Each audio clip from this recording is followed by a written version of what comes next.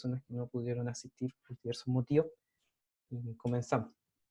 Bueno, en primer lugar, darles la bienvenida a esta nueva jornada, agradecer su participación. Como les planteaba el día lunes, esto es totalmente voluntario, así que el hecho de que ustedes estén acá demuestra que tienen interés en la asignatura, que quizás quieren profundizar un poco su conocimiento sobre algunos temas y prepararse para la prueba de transición. ¿Ya? Ha sido un año bastante complejo, con muchas dificultades entre medio, pero también ha sido un año de oportunidades que nos ha permitido quizás detenernos un poco y analizar cómo estamos haciendo las cosas, que es fundamental. A veces sentarse a pensar un poco y mirar en retrospectiva qué es lo que está pasando. Muchas veces no nos damos cuenta cómo pasa el tiempo y no nos damos cuenta de qué forma vamos tomando decisiones. Bueno, lo que tiene que ver con el trabajo del día de hoy, vamos a estar centrados en ver estos periodos presidenciales. Como les comentaba el día lunes, nosotros tendemos, en general cuando se estudia la historia, tendemos a organizarnos siempre por personajes ilustres, por presidentes, por grandes personas, y dejamos de lado quizá a las miles y millones de personas que vivieron su vida normal, común y corriente. Hay algunos historiadores que se centran en analizar la vida de esas personas. Les voy a dejar disponible también en el Classroom, si es que a alguien le interesa, una pequeña historia que habla sobre la vida de un comerciante de queso de la Edad Media que fue perseguido por la Inquisición porque planteaba que no existía Dios en el fondo.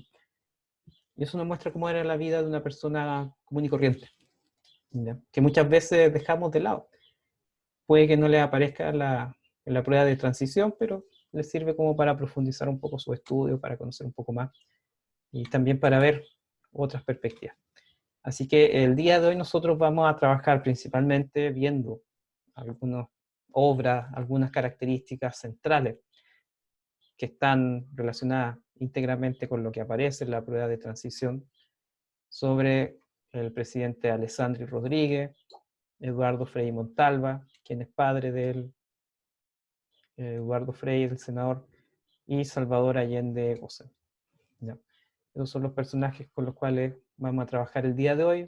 Esta es una época que está caracterizada en gran medida por la influencia de este periodo histórico conocido como la Guerra Fría, donde vamos a tener al mundo dividido en dos grandes bloques, donde Estados Unidos, por un lado, buscaba llevar el capitalismo y la democracia a todos los rincones del planeta, y por el otro lado, la Unión Soviética, que quería instaurar esta dictadura del proletario, este sistema comunista, centrado en una fuerte presencia del Estado y un control del Estado también, control de las libertades públicas, control de los medios de producción, control de todos los recursos, es decir, un Estado omnipresente, que lo ve y lo siente todo, y que toma todas las decisiones por las personas, es decir, un sistema en el cual no existe la libertad. Eso es lo que va a estar en disputa durante gran parte del siglo XX. El día de hoy algunas personas hablan de que está resurgiendo un poco esta idea de Guerra Fría, con la presencia antagónica todavía de Estados Unidos, con China e incluso con Rusia. Todavía existe esta Guerra Fría para algunas personas. Lo plantean como, como un nuevo enfrentamiento ideológico. Pero sí lo que predomina al día de hoy a nivel mundial, a diferencia de la Guerra Fría que vivimos en el siglo XX, es que al día de hoy el sistema que predomina en todo el planeta es el sistema capitalista. Así que económicamente hablando, es lo mismo. Lo que cambia es la estructura política, quizás el enfoque social que pueden tener algunos países. Así que en todo este contexto de Guerra Fría que se vivía en el siglo XX, nuestro país va a ser un escenario importante de ella, y vamos a ver hoy día por qué es lo que pasa en nuestro país. Para partir, en el año 58, ¿cierto?, asume el presidente Jorge Alessandri, quien va a plantear lo que él mismo va a establecer, que es llamada esta revolución en libertad. Allende ya había sido candidato en estas elecciones, se veía como una amenaza de la izquierda, la derecha más conservadora, el sector más conservador de Chile. No quería que Allende llegase al poder, porque detrás de él había una ideología que quería hacer un cambio profundo en la sociedad. Y para los sectores más conservadores, los cambios no pueden ser tan radicales. Es cierto, van cediendo, tienen que haber cambios, pero estos cambios no son así de la noche a la mañana. Chile se transformó en otro país, sino que hay que ir cambiando las cosas de a poco, mejorando lo que ya existe, modernizando, y eso es lo que va a proponer Jorge Alessandri en su llamada Revolución en Libertad. Él va a partir con la reforma agraria. Reforma que por algunos va a ser catalogada de forma despectiva como una reforma de macetero, porque va a ser una reforma muy pequeña. ¿En qué consiste esta reforma agraria?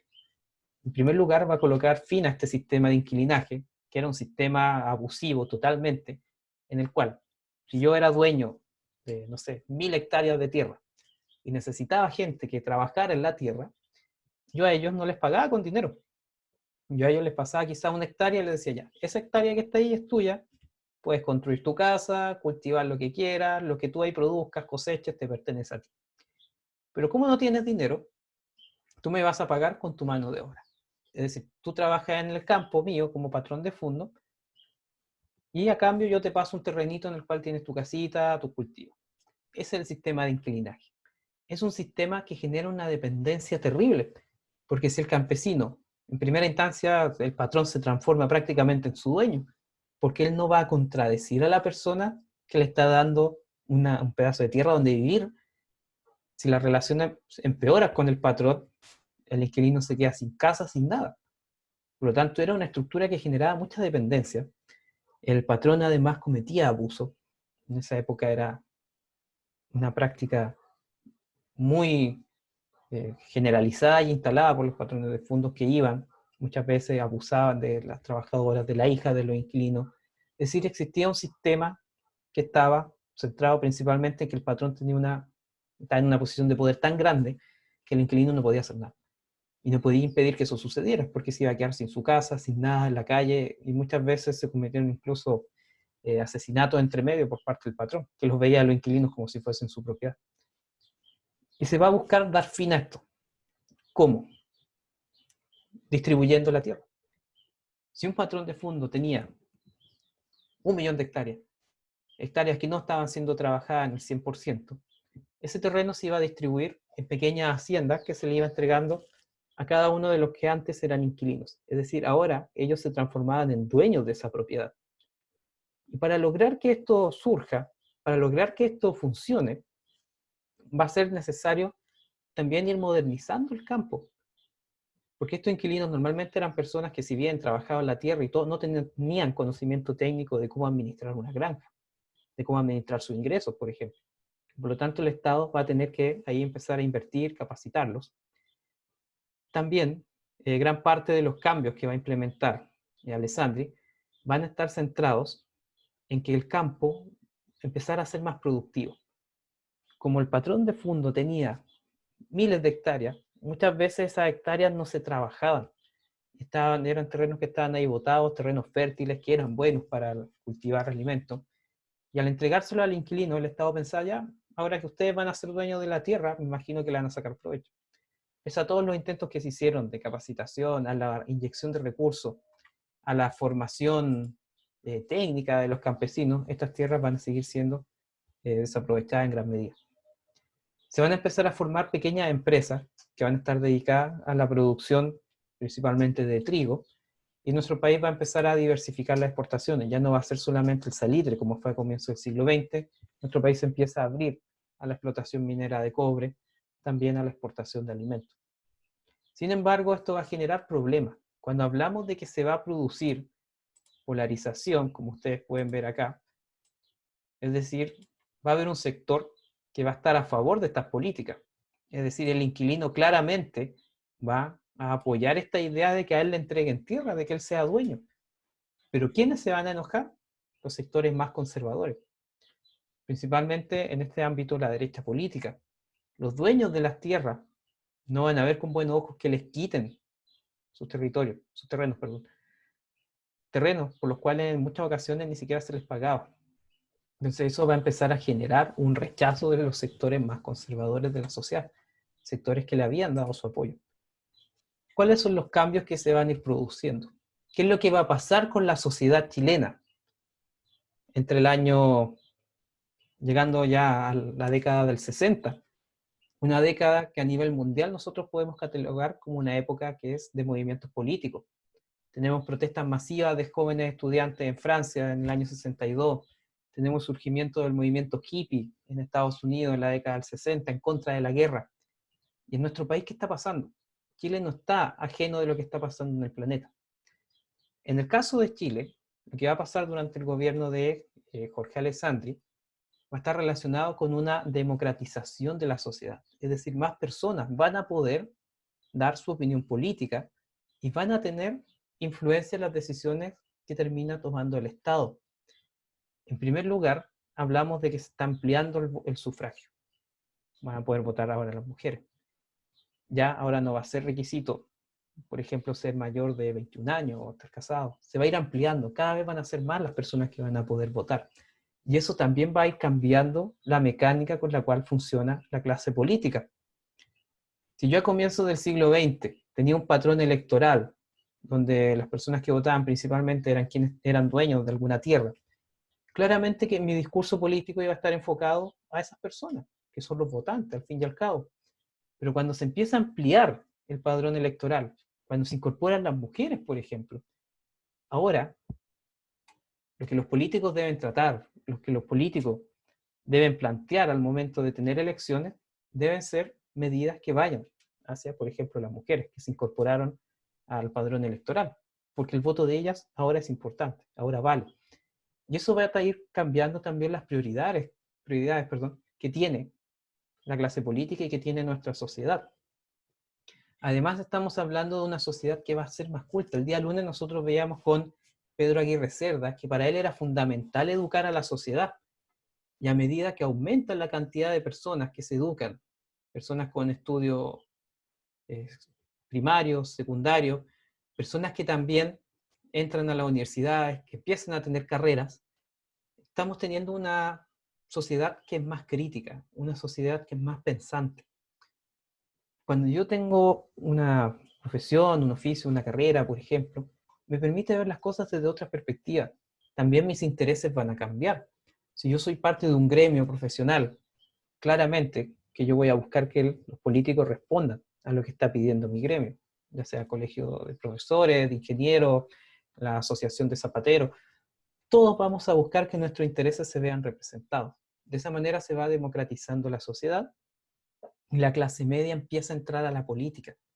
Ahora la clase media, en el cambio de a mitad de siglo, de los años 50 en adelante, la clase media empieza a ser uno de los sectores más grandes de la sociedad chilena en cuanto a población y también en cuanto a influencia. Ahora podemos votar, por lo tanto ahora hay candidatos que son de clase media, candidatos que van a defender los ideales que tiene una familia de clase media y los problemas que tiene que enfrentar.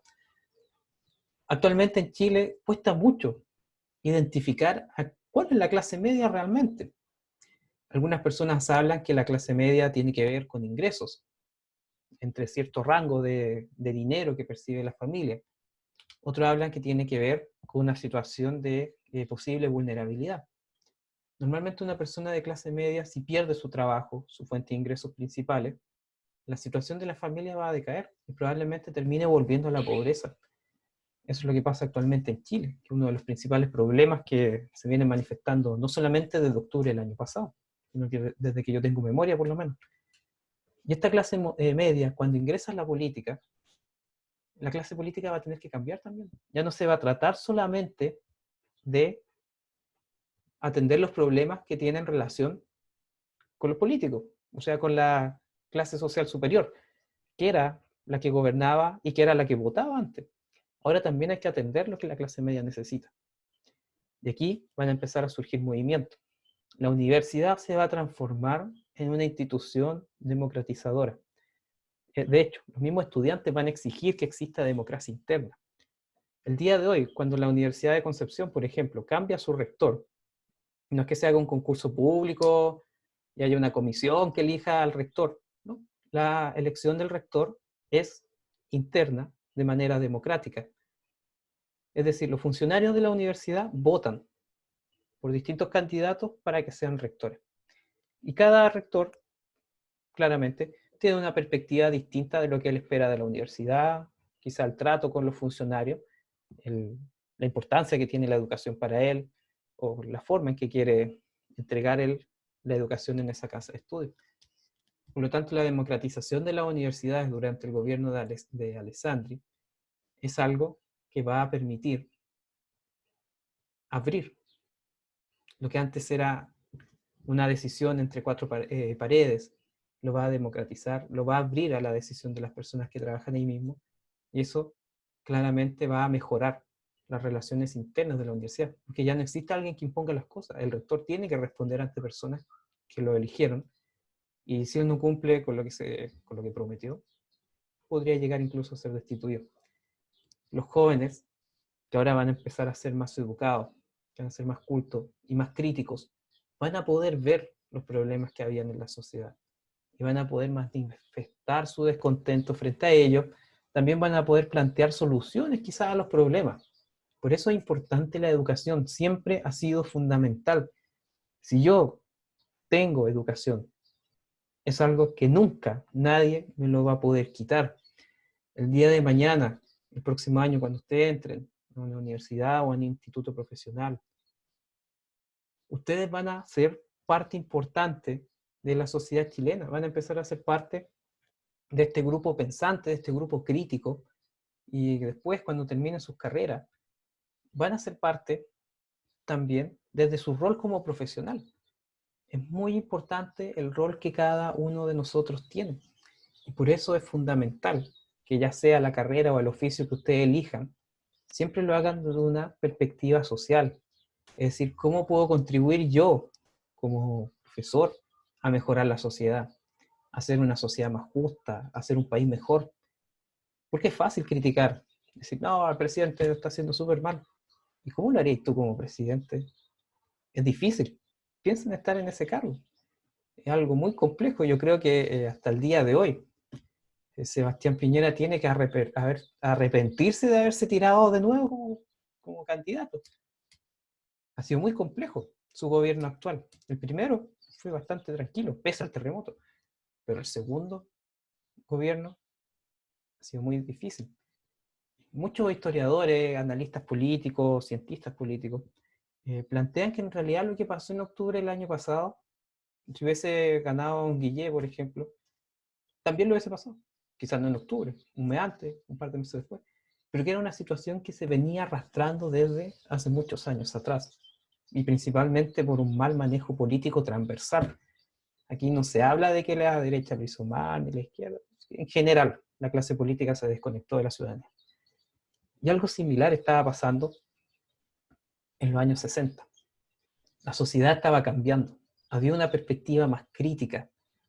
Las personas ya no estaban aguantando o aceptando lo que se establecía como correcto, como cierto. Se querían cambios.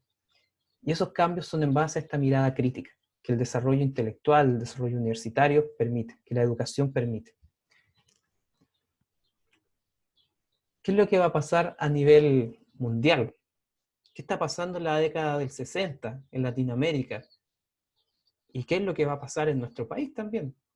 Porque nosotros no estamos, Chile no es una isla que esté exenta de los problemas que tiene Latinoamérica. Siempre nos hemos creído, no sé si ustedes lo han escuchado, pero Chile siempre se ha creído el inglés de Latinoamérica.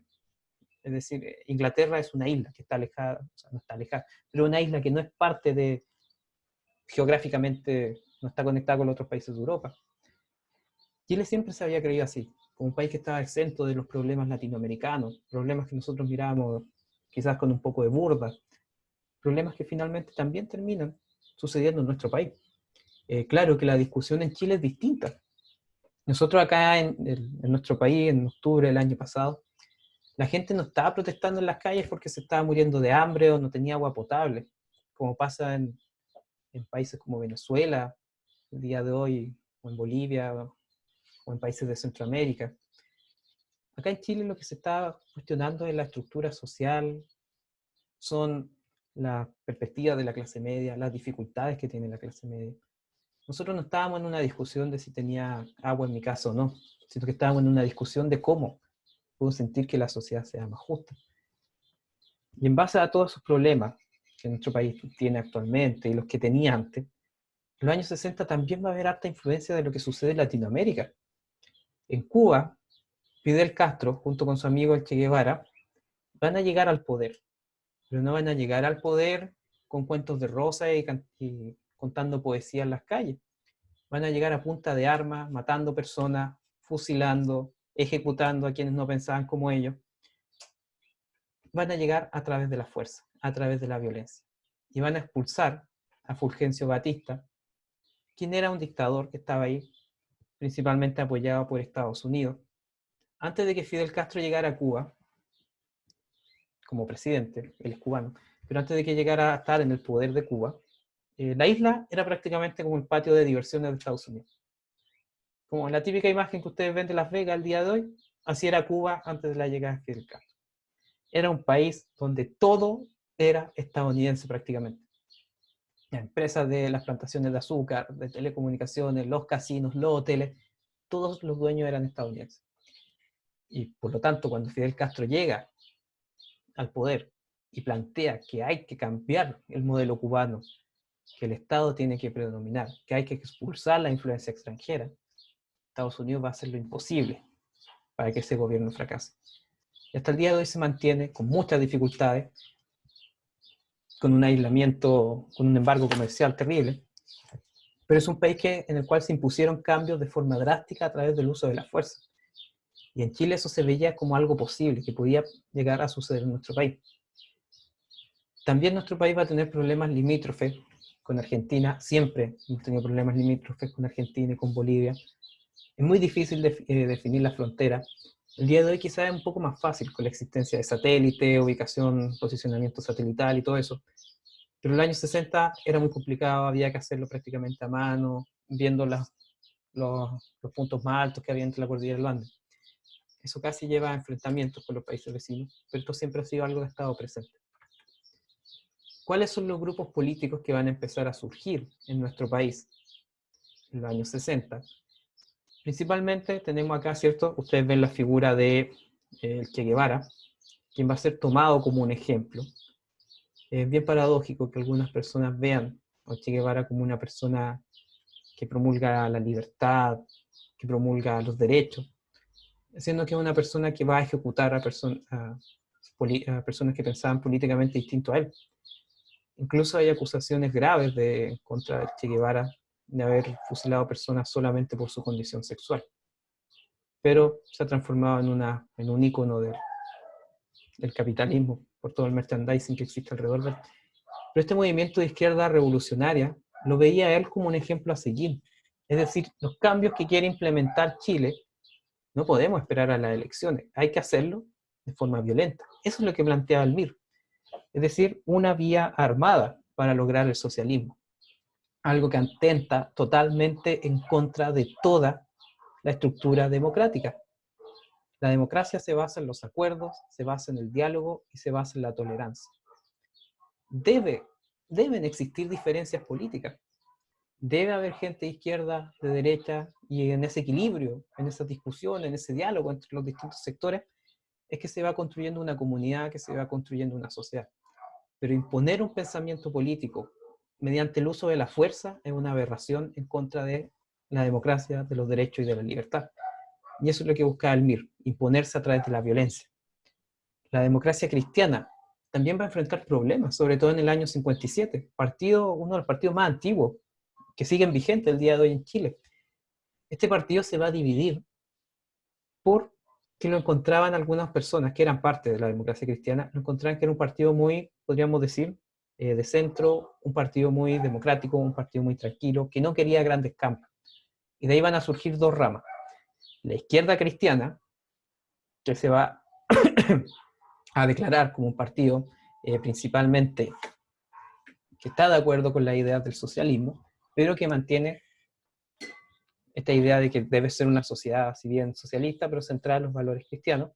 Y por el otro lado, van a ser el Movimiento de Acción Popular Unitaria, más conocido como MAPU, que van a ser, en palabras simples, los demócratas cristianos que eran más radicales, que no querían seguir con este juego de la democracia cristiana, de aliarse con partidos de derecha o de centro, para lograr mantener un equilibrio. No, ellos eran claramente con una tendencia de izquierda. Ese es el escenario cambiante que va teniendo nuestro país en los años 60, llegando a los años 60. Sin embargo, esto no va a estar exento de problemas, como siempre lo hemos tenido, y un claro ejemplo de eso va a ser el terremoto del año 1960, uno de los terremotos más potentes en la historia de la humanidad, al punto que las personas creían que se iba a acabar que era el apocalipsis. Muchos relatos de la época cuentan que prácticamente el suelo se movía como cuando yo estiro una toalla, o con la manguera que cuando estoy regando empiezo a hacer un movimiento para que el agua se vea así. Muchos plantean que la Tierra se movió de esa forma para el terremoto del 60. Un terremoto extremadamente violento y fuerte que va a dejar gran parte del sur de Chile destruido. Y aquí es donde entra la figura del apoyo estatal para la reconstrucción. ¿Cómo podemos reconstruir el país? Es algo que parece que constantemente nos tenemos que estar preguntando. ¿Cómo vamos a reconstruir Chile? Yo hasta el año 2010, de hecho no, hasta comienzos del 2010, de este año, 2020, yo pensé que el momento más difícil de mi vida como chileno iba a ser el terremoto del 2010. Y el año 2020 me pilló con una pandemia, otra crisis tremenda, 10 años después. Probablemente a usted en su vida también les toquen muchas crisis, muchas catástrofes. Somos un país que siempre ha estado afectado a situaciones adversas. Muchos plantean que la gracia que tiene, la fortaleza que tiene el pueblo chileno es debido a eso, esa capacidad de reconstruirse, de salir adelante, de no detenerse, no quedarse quieto. Y lo que va a buscar hacer Alessandri, en cierta forma, para buscar reactivar la economía, siempre estamos en este problema de reactivar la economía, de que no hay crecimiento económico, de que no se están generando empleos, que hay crisis económica. Y en general esto siempre va a estar presente por la estructura que tiene nuestro país, la estructura económica, productiva, que hasta el día de hoy es muy dependiente de lo que pasa en el extranjero. Y por lo tanto, si en China cierran las fábricas, el cobre se va al suelo y los ingresos de Chile también. ¿Qué es lo que va a buscar Jorge Alessandri? Va a buscar, en primer lugar, incentivar la creación de fábricas, la creación industrial, la creación de empleo, la exportación, y para eso va a aplicar el fin al control de precios. Si ustedes se acuerdan, durante los gobiernos radicales nosotros vimos que se fijaron algunos precios, se fijaron aranceles, sobre todo para la importación de productos, de manera que los productos chilenos fuesen competitivos en cuanto a su valor, pero no porque se produjeran más barato y fuesen más buenos, sino que el producto que venía del extranjero tenía que pagar tanto impuesto que al final terminaba siendo 3 o 4 veces más caro que el que se producía acá en Chile.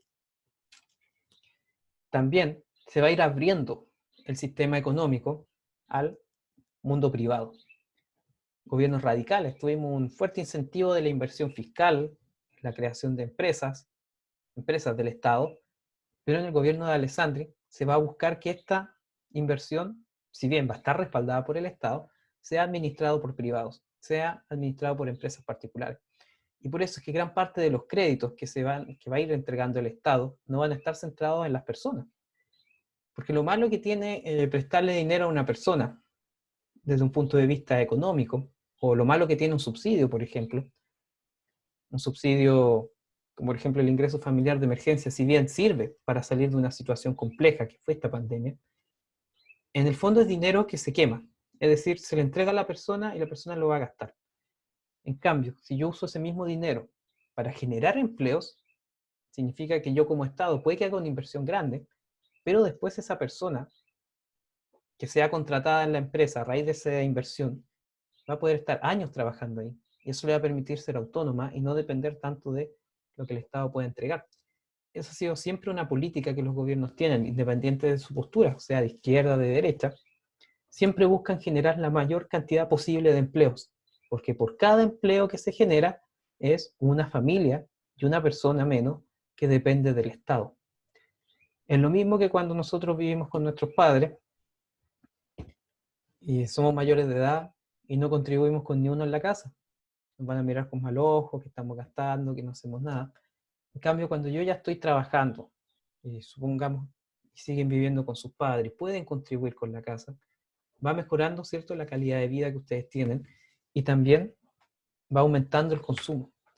Es una cosa súper paradójica el hecho de que nosotros, la especie humana, independiente de los ingresos que uno tenga, siempre va a terminar gastando su sueldo de la misma manera.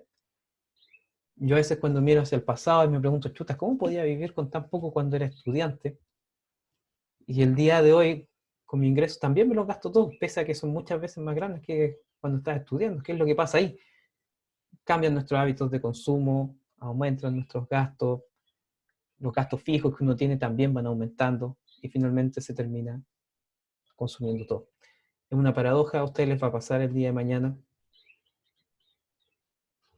Y es bastante, y sucede a nivel de sociedad, a los países también les pasa lo mismo. Además que el país va aumentando, va mejorando, se va gastando más dinero, se va endeudando, la capacidad financiera que tiene el Estado también es más grande. Por lo tanto, cuando hay crisis económica, sí o sí tiene que entrar a endeudarse o a reducir los gastos. ¿Qué es lo que se va a empezar a hacer con nuestro país? Durante los gobiernos radicales tuvimos una mirada que era este modelo EASY, este modelo de sustitución, de industrialización por sustitución de importaciones, donde lo principal era producir dentro del país productos y servicios que se consumían por los mismos chilenos. Es decir, que la economía funcionara dentro del Estado, tal cual como en la Grecia antigua con la autocracia, cuando todo era dentro de la polis y no tenían relación con otras, se quería hacer lo mismo. Claro que una polis de la antigua Grecia, estamos hablando de 20.000 habitantes, con un país de 7 millones, que es la población que tenía Chile en la época, era mucho más complejo.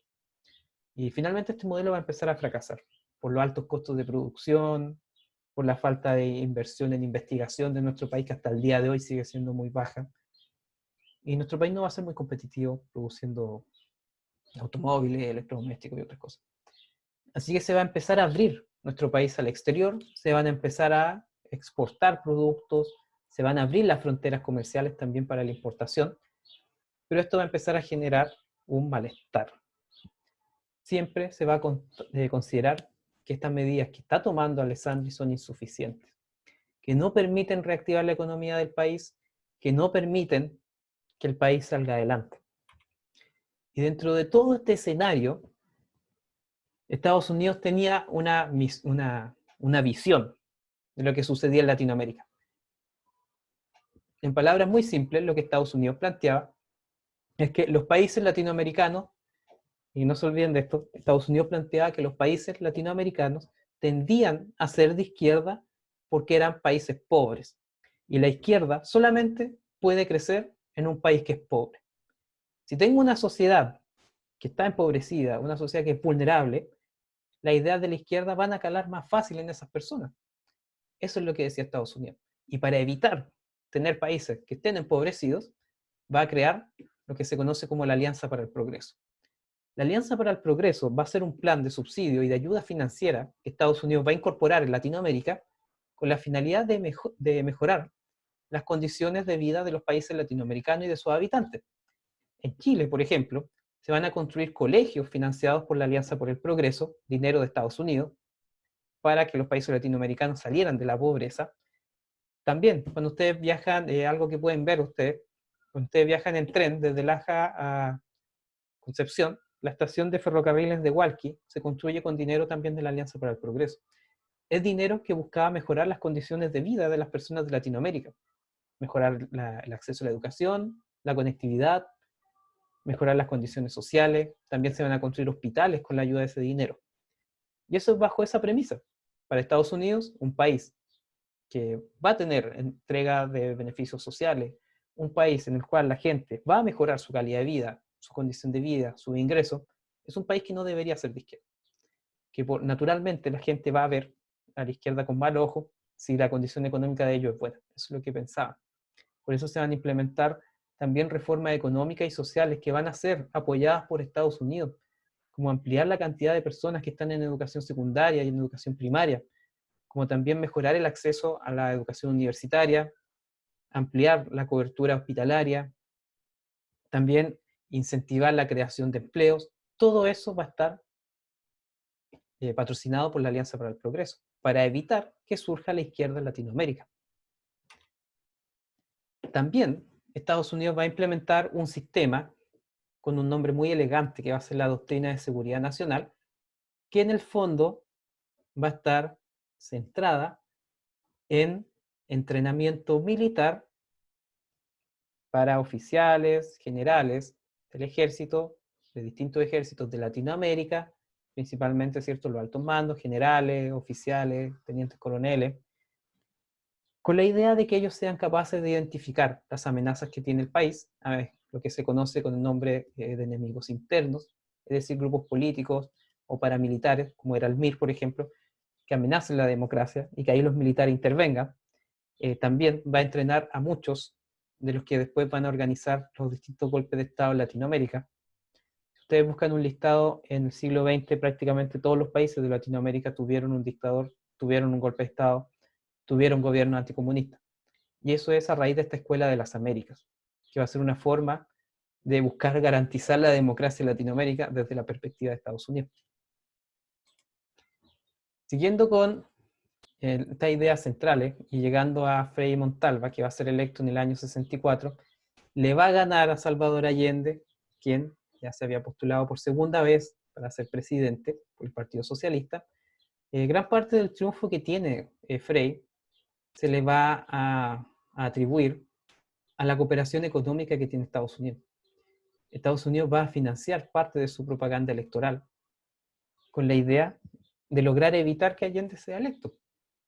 Frei Montalva va a ser visto como una persona que le va a poder entregar a nuestro país ciertos cambios sociales, va a poder ir mejorando quizás las condiciones de vida en general de la ciudadanía, pero se le va a criticar porque sus medidas van a ser muy pequeñas, muy lentas, sobre todo lo que tiene que ver con la reforma agraria. En esta época, y gracias en gran medida al apoyo que va a tener financiero de Estados Unidos, también se van a instalar muchas mineras estadounidenses. Coincidencia, no lo creo. Porque el apoyo que le va a dar Estados Unidos en cuanto a propaganda a Eduardo Frei va a permitir que él después abra el país a la inversión estadounidense. Inversión que también es vista con buenos ojos, porque van a activar una industria minera que va a generar miles de empleos, que también va a generar miles de millones de dólares en impuestos, que es dinero que el Estado va a poder invertir en obras públicas, en beneficios sociales, por ejemplo, en salud, en educación. Por lo tanto, era dinero que también le servía al país. ¿Qué es lo que pasa durante este gobierno de Frei Montalva? Y que es lo que él va a plantear como una revolución de libertad, es decir, vamos a hacer cambios en nuestro país, quizás no tan radicales como los que está llevando a cabo Fidel Castro en Cuba, pero vamos a transformar nuestra sociedad. Y él planteaba esta idea de representatividad popular. ¿Y en qué consiste esto? Consistía en abrir distintas instancias de participación de la ciudadanía. Por ejemplo, a través de organizaciones vecinales, juntas de vecinos, centros de madre, es decir, lugares, agrupaciones deportivas incluso. Es decir, democratizar la sociedad, distintas formas de agrupación, distintos grupos de interés. Por ejemplo, las personas que les gustaba jugar fútbol en la Nieve se agrupaban, formaban su club deportivo, tenían su presidente, secretario, tesorero, se organizaban, podían postular a proyectos, terminaban construyendo una cancha, jugaban campeonatos. Ellos, dentro de su comunidad, promovían la vida saludable a través del equipo de fútbol, etc. Y de esa manera se iba democratizando la sociedad, iba aumentando también la participación comunitaria, y eso permitía mayor representatividad, mayor participación, que ese era uno de sus principales objetivos de su gobierno. En segundo lugar va a estar la reforma de los sindicatos, en la cual se buscaba, de hecho, hasta el día de hoy la Constitución actual prohíbe, si yo soy parte de un sindicato, se supone que no puedo ser parte de un partido político. Los sindicatos tienen como finalidad representar a los trabajadores, organizar a los trabajadores y que sirvan una forma de representación y negociación con sus empleadores, los dueños de la empresa. No tiene como finalidad ser un lugar en el cual se se busquen propagar las ideas de un partido político determinado. Y eso es una de las cosas que se va a buscar, que los partidos políticos no tengan injerencia en el ámbito sindical, porque el sindicato, como les digo, su finalidad es defender los intereses de los trabajadores. No que la idea del comunismo se propague, del socialismo, de la UDI, del partido político que sea, sino que el sindicato tiene que buscar representar a quienes son miembros de la empresa. Y por último, se va a ir reformando la Constitución para dar, ¿cierto?, mayor facultad al presidente. Cuando hablamos de facultad legislativa, hasta el día de hoy existe la iniciativa legislativa del presidente. El presidente de la República, el cargo, puede ser Sebastián Piñera, Michelle Bachelet, quien sea, tiene la iniciativa de presentar proyectos de ley. Yo como presidente puedo presentar a la Cámara de Diputados un proyecto de ley o al Senado, dependiendo los temas que tenga que debatir. Y ahí el Senado, la Cámara de Diputados después van legislando, van haciéndole modificaciones y finalmente terminan votando si lo aprueban o no este proyecto. Pero el presidente puede generar leyes. En el año 65 se empieza a reformar el sistema educacional, se establece la educación primaria en una duración de 8 años, la educación secundaria con una duración de 4 años, modelo que se mantiene más o menos similar a lo que está actualmente, salvo que, claro, en cuanto a educación primaria se incorpora más adelante lo que es el prekinder y el kinder, llegando a 10 años de educación primaria y 4 años de educación secundaria. De hecho, esto se redistribuye. El día de hoy se presenta que de séptimo y octavo básico son parte de lo que es educación secundaria. Si iba a ser un cambio hace un par de años atrás, en el cual iba a cambiar esta estructura, iba a dejar de existir primero medio, y la enseñanza media iba a considerarse desde séptimo, iba a cambiar la numeración, pero al final no se llevó a cabo. También se crea la educación científico-humanista y técnico-profesional, se dividen las áreas, tal cual como existe el día de hoy, y empieza a entrar en vigencia la prueba de aptitud académica, que fue la antecesora de la PSU y la antecesora de la prueba de transición actualmente. ¿En qué van variando estas pruebas? Muchas personas pueden plantear que quizá una evaluación estandarizada es injusta, que no considera la realidad del estudiante y todos esos argumentos, pero desde un punto de vista práctico, una prueba de selección como la que existe actualmente permite de cierta manera democratizar un poco lo que es la admisión a las universidades. Yo puedo vivir en Punta Arenas, doy la prueba y puedo postular a una universidad en Concepción sin ningún problema. Los países que no tienen sistemas estandarizados para acceder a las universidades, tú tienes que presentar tu postulación universidad por universidad. Es decir, supongamos que yo estoy en tercero medio, más o menos tengo que empezar a postular. Estoy en tercero y quiero estudiar en la U de Conce. No, pongamos otra universidad. Y quiero estudiar en la Universidad Católica de la Santísima Concepción. Yo tengo que presentar, bajo ese sistema, tendría que presentar una carta donde implico por qué quiero estar ahí, por qué me interesa esa universidad, la carrera que me interesa, cuáles son mis logros que he tenido en el colegio, en qué me he destacado, cómo yo aportaría a la institución. Y ustedes tienen que hacer ese proceso universidad por universidad, como sucede en Estados Unidos. También tienen algunas pruebas de selección en Estados Unidos, pero no son para todas las universidades, son solamente para algunas. Lo que medía la prueba de aptitud, como lo dice su nombre, en el fondo era la capacidad para resolver problemas o para aplicar objetivos que estaban relacionados con lo que ellos vieron durante el colegio. Después la PSU pasa a ser una prueba de selección universitaria que tiene claramente un énfasis más centrado en lo que es contenidos. Me acuerdo que el lenguaje antes habían preguntas que tenían que ver con materia, por ejemplo, en qué situación se aplica un diptongo y cosas por ese estilo. El día de hoy el lenguaje está más centrado en lo que es comprensión de lectura. Y así van cambiando las pruebas. Es muy difícil lograr crear un sistema que sea igualitario y justo para todos. Siguiendo con las ideas centrales de este gobierno, de Eduardo Frei, llegamos a lo que es la reforma agraria. Esta reforma agraria va a servir en cierta manera para entregarle más tierra a los trabajadores, para que ellos puedan trabajarla, cultivarla. La Iglesia Católica va a contribuir a esto, ya que si ustedes se acuerdan, Eduardo Frei pertenecía a la democracia cristiana, por lo tanto tenía valores que eran relacionados con el catolicismo. Y la Iglesia Católica va a contribuir a esto. Era uno de los principales dueños de tierra la Iglesia Católica en la época, y va a entregar sus tierras a los campesinos, para ayudar a que ellos salgan de la pobreza. El Estado también, con territorio estatal que se poseía, lo va a empezar a distribuir también entre los campesinos, y finalmente en el año 67 va a empezar a surgir esta idea de que la tierra tiene que ser para las personas que la trabajan. Es decir, si yo soy campesino, he trabajado toda mi vida en el campo, y no tengo una hectárea por lo menos para cultivarla, que sea mía, y que yo pueda sacarle provecho y pueda ganar dinero con ella, están mal las cosas. Me tienen que a mí entregar mi territorio. Esta reforma agraria va a distribuir más de 3,5 millones de hectáreas a más de 100.000 campesinos. Sin embargo, van a ocurrir problemas, como siempre. Porque gran parte de esta distribución de tierra van a haber personas a las cuales lamentablemente no les va a tocar.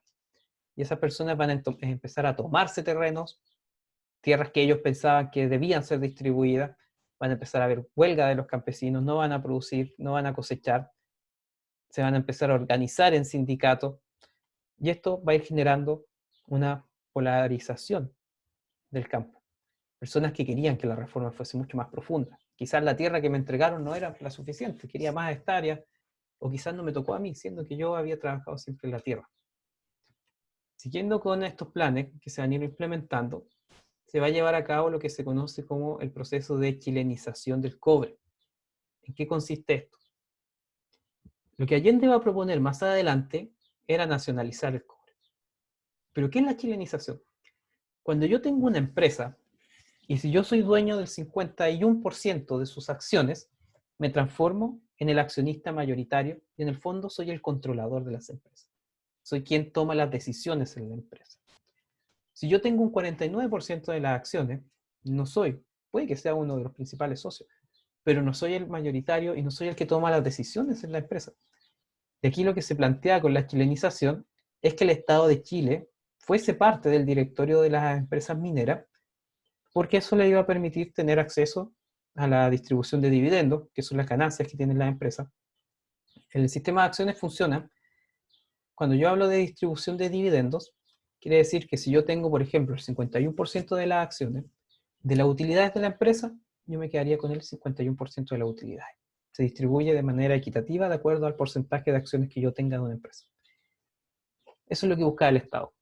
Siendo el accionista mayoritario, podía tomar las decisiones, influía bastante en la toma de decisiones, recibía también gran parte de los ingresos de esas compañías y el Estado también se hacía parte de la gran industria minera. También de esa manera van a poder incentivar, buscaban incentivar podríamos decir, darle valor agregado al cobre. En una primera instancia se exportaba prácticamente la tierra que tenía el cobre, después se va a ir refinando, se van a empezar a exportar los lingotes, las láminas de cobre, y se va a terminar exportando ya cobre más refinado, que tiene un valor agregado superior al cobre en bruto. Y eso va a permitir claramente más ingresos.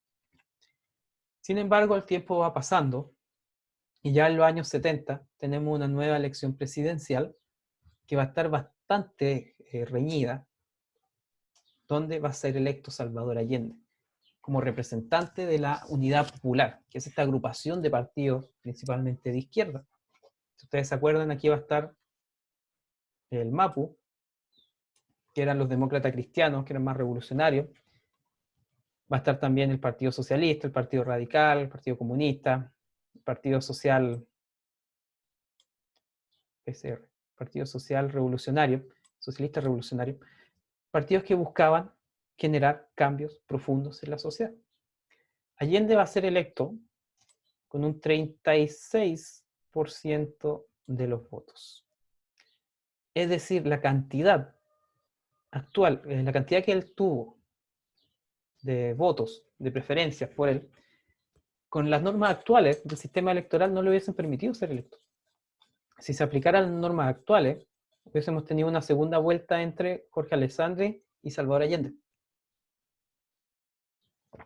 Pero en el año 70, lo que la Constitución exigía es que el Congreso debía ratificar al presidente. independiente de la cantidad de votos que sacara. Y el Congreso normalmente optaba por la primera mayoría. Es decir, el Congreso tenía que elegir entre estos dos candidatos, entre Allende y Jorge Alessandri, que quería un segundo periodo. Tenía que elegir entre ellos dos. Y el Congreso va a terminar eligiendo, ¿cierto?, entre ellos dos. Si ustedes se fijan en los periódicos de la época, aparece que Allende gana por 39.000 votos, tuvo un 36%. Por lo tanto, estuvo bien reñida la elección. Y de acuerdo a las normas que establecía la Constitución del año 25, si es que no se lograba la mayoría absoluta, es decir, el 50% más uno, el Congreso tenía que elegir a una de las dos primeras mayorías. Y ahí va a empezar el juego político entre la elección y la ratificación del Congreso. Van a pasar muchas cosas entre medio. Por ejemplo, un sector más extremo de la derecha va a buscar generar una especie de sensación de ingobernabilidad, y para eso van a asesinar al general René Schneider. Con su asesinato, se quería demostrar que Allende, esto era el comienzo de lo que iba a ser el gobierno de Allende, que iba a ser un gobierno marcado por actos violentos, por una clara vulneración de los derechos, de la Constitución, de las leyes. Finalmente, lo que ellos querían también era que el ejército actuara. Querían hacer pasar este asesinato como un asesinato que había sido producto de grupos de izquierda. Sin embargo, va a ser descubierto que fue un grupo de extrema derecha. El ejército no va a reaccionar y la democracia cristiana va a sentarse a dialogar y va a buscar llegar a un acuerdo con Allende y le van a decir, mira Allende, o sea, no creo que se le hayan dicho así, pero tienen que haber dicho, señor Allende, si usted quiere ser ratificado como presidente, tiene que garantizarnos que va a cumplir con lo siguiente. Este estatuto de garantías democráticas, en el fondo, va a ser una especie de chalecos de fuerza que le van a buscar colocar a la revolución de Salvador Allende, donde él tiene que comprometerse a que va a respetar estas cosas. Si él no respeta estos puntos que están acá, que son parte de lo que permite su ratificación, el Congreso lo va a poder destituir. Ese es el acuerdo. ¿Y qué es lo que tiene que garantizar Salvador Allende para poder acceder al respaldo de la democracia cristiana y su ratificación? Es garantizar que él va a respetar la libertad de expresión. Es decir, que no va a existir censura, que el gobierno no va a cerrar medios de comunicación, que no va a existir una revisión de la correspondencia, como vimos antes en el gobierno de Carlos Ibáñez, que se va a mantener el derecho libre a la reunión, es decir, que yo me pueda juntar con quien yo quiera, agrupar con las personas que estime pertinentes, siempre y cuando, ¿cierto?, respetemos la normativa. También mantener el Sistema Nacional de Educación, que no se va a reformar, cosa que Allende va a hacer. De ahí van a empezar los problemas, eso lo vamos a ver más adelante. Mantener este sistema educacional como existía hasta la época, donde había un mundo privado, un mundo público, donde había libertad de enseñanza. Si yo era dueño de un colegio, podía impartir la educación que yo quisiera, siempre y cuando cumpliera con lo mínimo que me exige el Ministerio de Educación. La inviolabilidad de la correspondencia, es decir, que el Estado no podía abrir las cartas, ni leer lo que había dentro de ellas, ni escuchar conversaciones telefónicas, ni nada de eso que sí se hacía en países socialistas.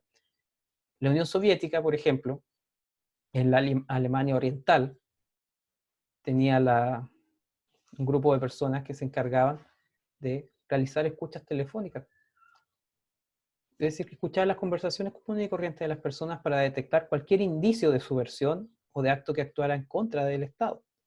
También que Allende garantizara el respeto de los derechos de los trabajadores y la existencia de las organizaciones sindicales, es decir, que no fuesen modificadas. Si ustedes se acuerdan, lo que hablamos hace unos minutos atrás, los sindicatos no tenían que ser instituciones en las cuales hubiese injerencia de partidos políticos.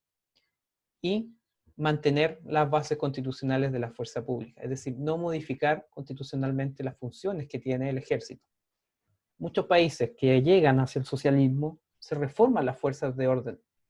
Se establece un ejército denominado popular muchas veces, que estaba al servicio de la revolución y no al servicio del Estado. Y eso no podía ser modificado.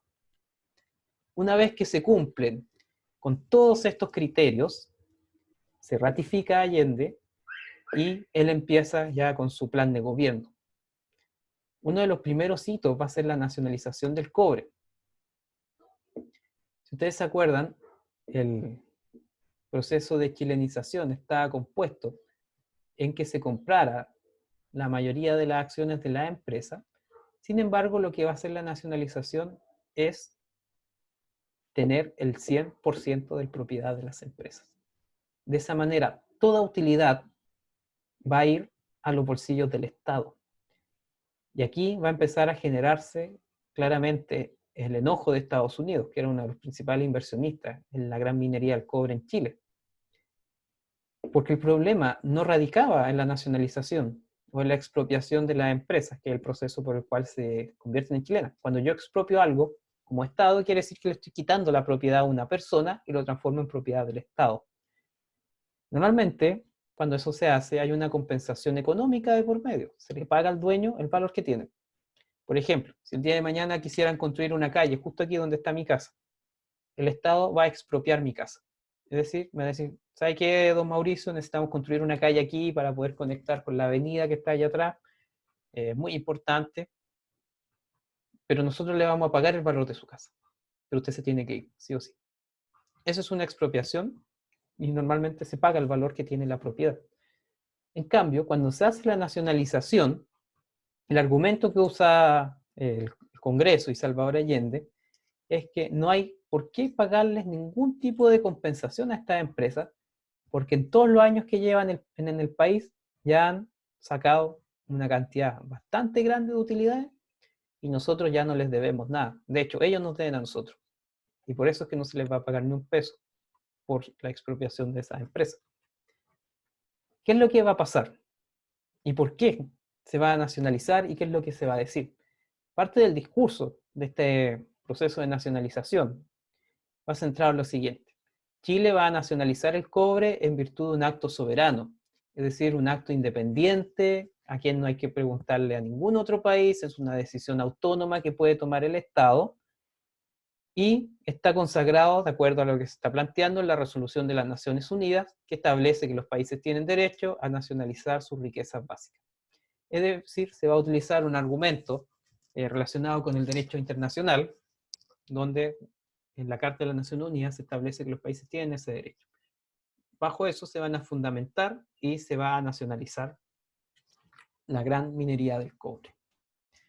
Eso va a permitir tener recursos que van a ir directamente a obras sociales, como la creación de jardines infantiles, la construcción de escuelas básicas, la compra de textos escolares, la alfabetización de adultos, es decir, que casi todos los adultos en Chile pudiesen aprender a leer y escribir. También va a empezar a plantearse esta idea de la gratuidad universitaria. En la época era fácil de financiar, relativamente fácil, principalmente porque existían pocas universidades. Prácticamente había una universidad por región y la cantidad de estudiantes no era mucho.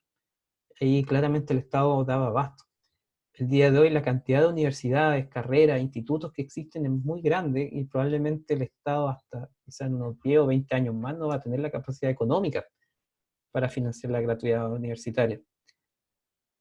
Pero en la época se va a poder realizar porque teníamos muy pocos estudiantes que accedían a la universidad, si bien habían aumentado en comparación a las décadas anteriores y iban en permanente aumento, todavía eran muy pocas las universidades. En cuanto a las obras sociales, esta construcción de hospitales y consultorios va a permitir disminuir la mortalidad infantil. Las atenciones hospitalarias van a aumentar, los controles preventivos, los tratamientos, por lo tanto la salud general de la población va a ir aumentando. Para los niños también se va a empezar a gestar este programa en el cual se le entregaba medio litro de leche al día a cada niño, similar a lo que se hace el día de hoy en los consultorios, porque de esa forma se buscaba garantizar que cada niño tuviese por lo menos una cantidad mínima de nutrientes suficientes para garantizar su desarrollo. También la construcción de viviendas sociales, fundamentales para ir mejorando la calidad de vida. Una de las propuestas en cuanto al ámbito productivo y de propiedad que planteaba el gobierno de Salvador Allende estaba relacionado con esta idea de una propiedad social. ¿Qué quiere decir esto? Que en Chile vamos a tener distintas áreas en las cuales va a poder existir propiedad privada, iniciativa privada, negocios privados, van a poder seguir existiendo. También va a haber un área que va a ser mixta, en la cual va a estar el Estado, va a ser dueño en parte de la propiedad de las empresas, por lo tanto va a influir en las decisiones que se toman, en la distribución de utilidades, en la toma de decisiones, y va a haber un área que va a ser de carácter social. Las empresas que se consideren estratégicas, por ejemplo, el refinamiento de petróleo, la producción de cobre, la producción de harina, por ejemplo, pueden ser consideradas áreas estratégicas donde el Estado va a ser dueño de esa empresa. Porque la función que tiene, por ejemplo, la función que tiene un pequeño molino que produce harina, para el Estado es fundamental porque permite tener acceso, ¿cierto?, a los recursos necesarios para la fabricación de pan, que es fundamental para la alimentación diaria de las personas. O el refinamiento de petróleo, que tiene un carácter estratégico por cuanto nos permite generar el combustible que se utiliza para movilizarnos dentro del país. Y otro de los objetivos también que va a tener dentro de esta idea de propiedad social está relacionado con la idea de estatizar la banca, es decir, que los bancos sean del Estado. Y si el banco tiene como dueño al Estado, su objetivo primordial no va a ser obtener grandes ganancias ni hacerse millonario, sino que va a ser garantizar el acceso a crédito a una mayor cantidad posible de personas. Hasta el día de hoy, el Banco Estado, que es un banco de carácter estatal, es un banco que tiene como finalidad entregar la mayor cantidad de acceso posible a crédito a las personas. Si yo soy una persona que tiene la necesidad de comprarme una vivienda, por ejemplo, y lo planteó hace un par de días el presidente del Banco Estado, Sebastián Sichel, que él planteaba que ellos como banco tienen un rol social, a diferencia de otros bancos privados. Lo que el Banco Estado hace es entregar las herramientas para que las personas puedan acceder a una mejor calidad de vida, puedan acceder a una vivienda propia, por ejemplo. Eso es lo que propone el Banco Estado. Y por eso es importante que la banca sea del Estado. No toda la banca, claramente. Debe existir iniciativa privada, debe existir competencia. Pero una de las cosas que plantea el presidente actual del Banco Estado es eso. Por eso es que ellos están proponiendo entregar tasas de interés que sean más bajas, para que las personas puedan acceder, por ejemplo, a una vivienda, a su primera vivienda, le prestan el dinero, ¿cierto? Una tasa de interés baja, la persona lo va pagando. Y de esa forma también va a ser una carga menos para el Estado. Porque si yo puedo comprarme mi propia casa, es una casa que el Estado no va a tener que construir ni asignar a mí y a mi familia, por ejemplo. Entonces, todas estas ideas son las que se van a ir implementando en los primeros años del gobierno de Salvador Allende. Van a estar centradas principalmente en entregar mayores beneficios sociales, en mejorar la calidad de vida de las personas. Y hay que entender todo esto como una época que está inmersa dentro de grandes cambios a nivel planetario. Estamos en una plena guerra ideológica, en un enfrentamiento entre dos bandos. Tenemos por un lado a la Unión Soviética, por otro lado a Estados Unidos. Y para Estados Unidos, si ustedes miran el escudo que está acá de la Escuela de la América, claramente muestra que Estados Unidos considera que América es su zona de influencia natural y prácticamente una extensión de su territorio. Por lo tanto, no va a querer ver la influencia de la Unión Soviética en nuestro continente. Y una forma de eliminar esa influencia va a ser a través de estas intervenciones militares que se van a hacer dentro del mismo país. Los mismos militares de Chile estaban entrenados, preparados para organizar y llevar a cabo un golpe de Estado, al igual que en Argentina, que en Paraguay, que en Brasil, en Uruguay, Perú, prácticamente todos los países de Latinoamérica y los otros países de Centroamérica, de los que casi poco o nada conocemos, todos enfrentaron de alguna u otra forma un proceso similar de lucha contra el comunismo, de instauración de un sistema dictatorial que buscaba eliminar su influencia. Y gran parte de los presidentes que nosotros vimos, como Jorge Alessandri o Eduardo Frei Montalva, van a buscar evitar esa revolución violenta que se produjo en Cuba, por ejemplo, a través de cosas como la revolución en libertad, esta idea de que podemos hacer los cambios, que es lo que plantea Frei Montalva. Podemos cambiar la sociedad chilena, pero vamos con calma. No lo hagamos de forma tan radical. Hay que mejorar las cosas, hay que entregar mejores condiciones de vida a gran parte de la ciudadanía, pero no es necesario hacerlo de la forma armada ni una revolución tan violenta. Entonces esas son las ideas principales que nosotros vamos a ver el día de hoy y que están relacionadas con este proceso. Ya la próxima semana vamos a ver la última fase del gobierno de Allende, que está relacionado con lo que va a ser el golpe de Estado.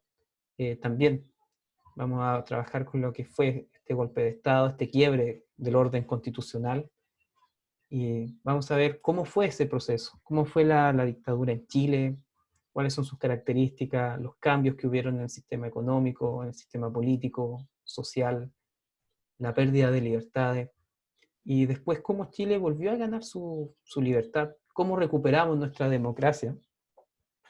Es un hecho histórico.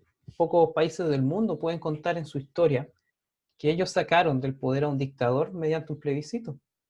La mayoría de los dictadores, cuando pierden una elección, la desconocen. Acá en Chile podemos contar que se respetó. Somos un país bastante particular. Tuvimos un presidente que llegó, socialista, que llegó al poder no mediante el uso del arma, como fue Fidel Castro, sino que a través de la elección. Y después a un dictador también lo sacamos a través de las elecciones. Así que somos un país que tiene bastantes características peculiares a lo largo de su historia y que es importante que las conozcamos, no tanto claramente porque sale en la prueba de transición, pero también porque nos permite conocer nuestra historia. Y cuando yo conozco mi historia, mi pasado, el pasado de mi país, de mi pueblo, me permite proyectar qué es lo que se viene y también conocer, de cierta manera, cómo han funcionado algunas cosas en el pasado. Y hay errores que claramente no hay que volver a cometer. Así que eso es lo que tiene que ver con la clase del día de hoy. Yo ahora terminando, de hecho terminamos acá esta reunión y les dejo el link para el pequeño ensayo en el Classroom para que lo puedan responder. Y el día de mañana les voy a enviar el enlace para hacer la revisión. Ahí sí es que pueden participar bien, si no, pueden ver después la grabación o la resolución, que es lo importante. ¿Ya? De hecho, al terminar el ensayo les van a llegar las respuestas. Pero lo fundamental no es saber cuál es la correcta o cuál es la incorrecta, sino comprender por qué me equivoqué, qué me llevó a pensar que esa pregunta era la que yo debía marcar como correcta. ¿Ya? No sé si tienen alguna pregunta, algo que quieran aprovechar de hablar ahora, que ya estamos llegando a la parte final de la clase de hoy día. Fíjense que pueden escribir, pueden activar su micrófono, no hay ningún problema. Yo la escucho. Qué bueno. Bueno, espero que les haya servido esta clase de hoy día. Ya nos vemos las personas que puedan el día de mañana. Y desearles que tengan lo que queda de semana. Para mí el día miércoles ya es el día que se acabó la semana prácticamente. Tengo eso en la cabeza, no sé por qué. Pero a cuidarse los días que quedan, pasen un buen fin de semana, respondan este ensayo que es muy pequeño. Y nos vemos algunos el día de mañana y el resto el día lunes. Así que cuídense harto, nos estamos viendo pronto. Hasta luego. Acuérdense de revisar el Classroom para hacer el ensayo.